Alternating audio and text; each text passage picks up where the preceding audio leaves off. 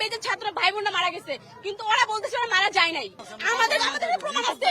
আমরা এই যে উত্তরা গেদোলা মেডিকেল আছে, সব জায়গায় গেছি, আমরা ঢাকা মেডিকেল গেছি, ওখানে তো ওরা বলতে 27 জন। জি, ওরা 27 জন দিচ্ছে, 27 জন না, 200 উপরে মানুষ মারা গেছে। জি,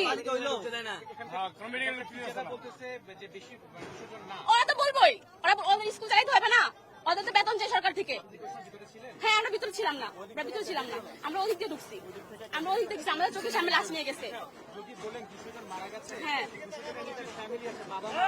অবশ্যই আছে। না, সবাই হসপিটালে আছে। বলেন, জি বলেন। কেউ তো এখানে আসে নাই। না, আসে নাই। না, বাবা মা হসপিটালে কোনো হসপিটালে নাই, ঠিক আছে? কোনো হসপিটালে যারা নিখোঁজ, আমি বলছি যারা নিখোঁজ, কেউ বলে না যে আমার ছেলে মারা গেছে, মেয়ে মারা গেছে, আমি খুঁজে পাচ্ছি না, লাশ খুঁজে পাচ্ছি না। আপনারা এখানে না, ঢাকা মেডিকেলে যান, অনেক বাবা অনেক মা দাঁড়ায় আছে যে আমার সন্তানের আমরা পাচ্ছি না। কোনো লাশ নাই, না জেনে কথা বলবেন না। আমরা জেনে কথা বলতেছি। আপনারা শুধু জি, আমরা সকাল ঢাকা মেডিকেল থেকে আসছি, আমরা বলতেছি ঢাকা মেডিকেলে কোনো লাশ নেই, আছে বার্ন ইনস্টিটিউটে, ঠিক আছে? ঢাকা মেডিকেলে বার্ন ইনস্টিটিউট বুঝতে হবে আপনাকে, ঠিক আছে? বার্ন ইনস্টিটিউটে কয়জন মানে নিখোঁজ এরকম পরিবার আছে বলেন?